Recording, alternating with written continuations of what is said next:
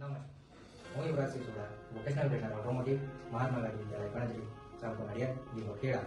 આપ મારા વિડીયોમાં હાર્દિક સ્વાગત કરું છું. સમગ્ર શિક્ષા ગુજરાતના વોકેશનલ એજ્યુકેશન ઘટક હેઠળ NSTF સુસંગત અલગ અલગ અભ્યાસક્રમો અલગ અલગ શાળાઓમાં કાર્યરત છે, જેનો મુખ્ય હેતુ વધુમાં વધુ વિદ્યાર્થીઓ કૌશલ્યલક્ષી શિક્ષણ મેળવીને રોજગારી મેળવી શકે અથવા તો રોજગારી ઊભી કરી શકે. સરકારના લક્ષ્યાંક મુજબ 2025 સુધીમાં સમગ્ર રાજ્ય અને દેશમાં 50% વિદ્યાર્થીઓ વોકેશનલ એજ્યુકેશન મેળવે. આ લક્ષ્યાંક પ્રાપ્ત કરવા અમે વોકેશનલ ટ્રેનર્સ અને સમગ્ર શિક્ષણ ટીમ પ્રતિબદ્ધ છીએ.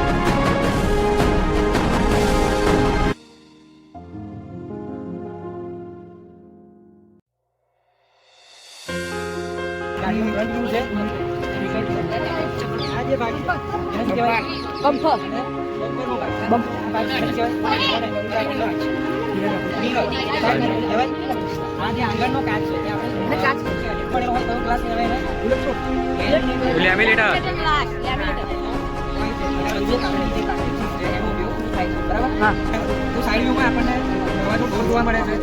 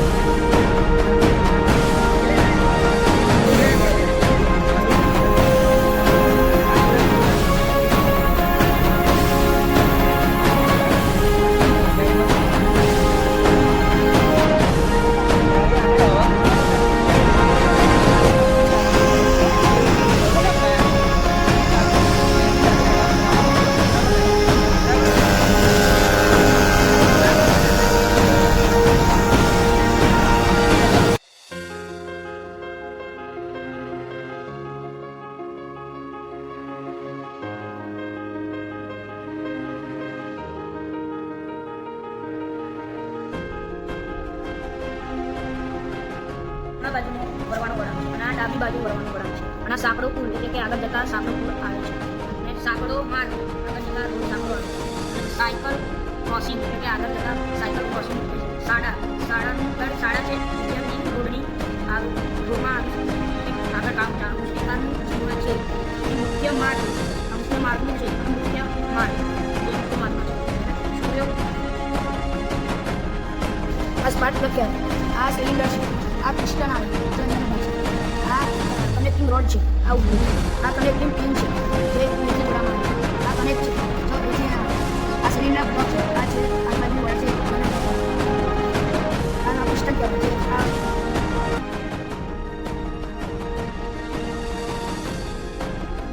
આ છે સાંકડોમાં કે આપણે જે રસ્તો પહોળો છે એથી પછી આપણે સાંકડો રસ્તો આનો એવું કંઈક આવે ને આ છૂટાછવાયા છે. આ છે ટ્રાફિક સિગ્નલ. જે આપણે ગાડી ઊભી રહેવાની હોય કે ટ્રાફિક જામ થઈ ગયું તો આ ટ્રાફિક સિગ્નલ બતાવે.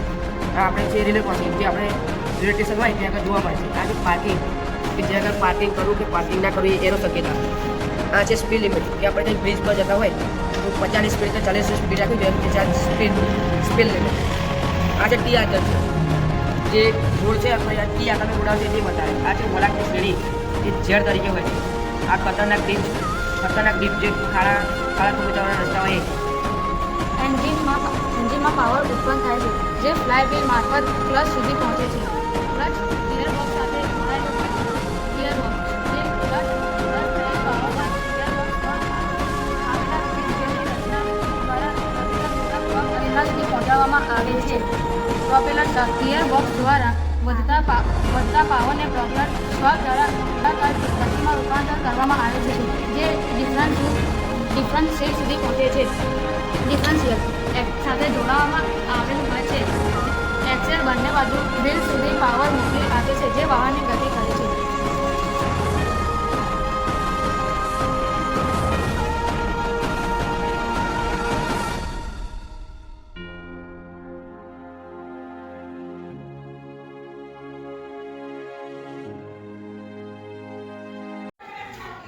વોકેશનલ શિક્ષણ દ્વારા જુદી સ્કૂલોમાં જે નવા અભ્યાસક્રમ શરૂ કરવામાં આવ્યા છે, એમાં અમારી સ્કૂલમાં ઓટોમોટિવ અને બ્યુટીનો જે કોર્સ શરૂ કર્યો છે એ બંને ખૂબ જ સરસ છે. છોકરાઓ એના દ્વારા પોતાની આજીવિકા રળી શકે એમ છે. આ કોર્સ દ્વારા વિદ્યાર્થીઓમાં રહેલી અંદરની ક્ષમતા બહાર આવે છે અને ભવિષ્યની અંદર એ વ્યવસાય કરી શકે એવા કૌશલ્ય એનામાં ખીલે છે, જેનાથી આજીવિકા મેળવી શકે અને પોતાનું ગુજરાન સારી રીતે કરી શકે.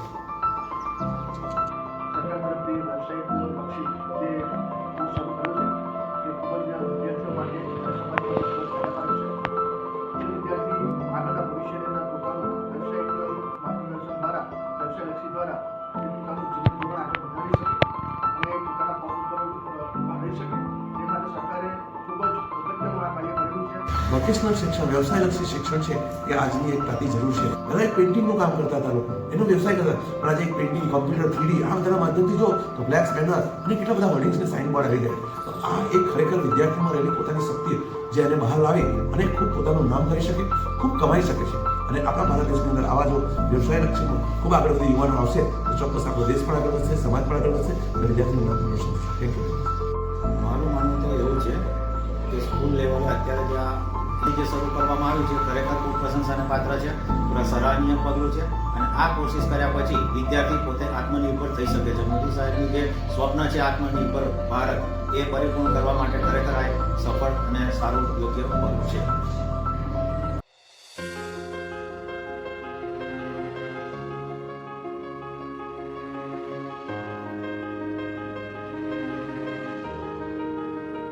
વિદ્યાર્થી મિત્રો નમસ્તે.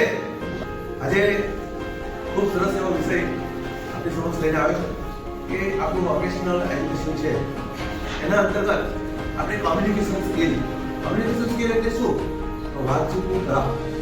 કોઈ પણ બાબત છે તો એની અંદર આપણી વાતચીત ખૂબ અગત્યની છે. કોમ્યુનિકેશન સ્કિલ માટે આપણે સંતોષ લેવાની, વ્યવહારિક ભાષા લેવી, શબ્દ ટૂંકા સ્પષ્ટીકરણ કેવા હોય, કોઈને સાંભળવાનું ગમે એવું બોલવું, આપણે શબ્દ પ્રયોગ કરો. શબ્દો પ્રયોગમાં વાક્ય કે અનુભવનું જોવું જોઈએ. તો ક્વેશ્ચન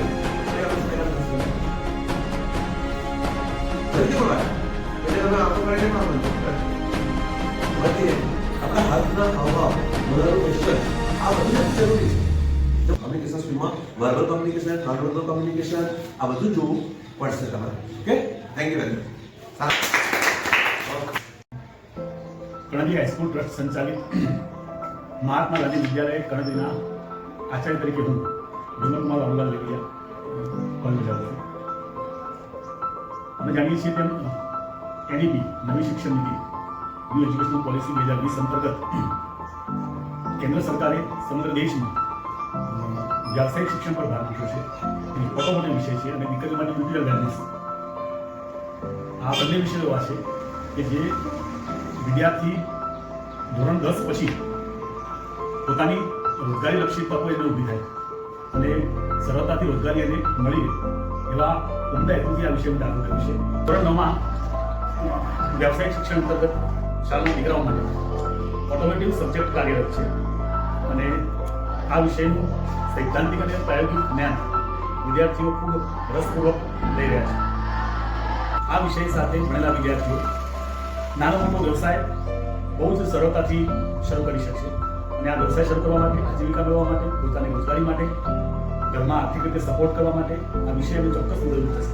આ સબ્જેક્ટના આધારે એ નાનો મોટો બિઝનેસ એ સામાન્ય સ્પેર પાર્ટની દુકાન પણ કરી શકે છે, એ ટાયર પંચરનું પણ એ કરી શકે છે, નાનું ગેરેજ પણ ખોલી શકે છે અને એમ કરીને એ વિદ્યાર્થી આર્થિક રીતે પગભર બનશે અને આર્થિક રીતે પગભર બનવા માટે એના જીવનમાં આ શાળામાં મેળવેલું ઓટોમેટિક સબ્જેક્ટનું ટીચિંગ એ એના માટે એક પાયા બની રહેશે.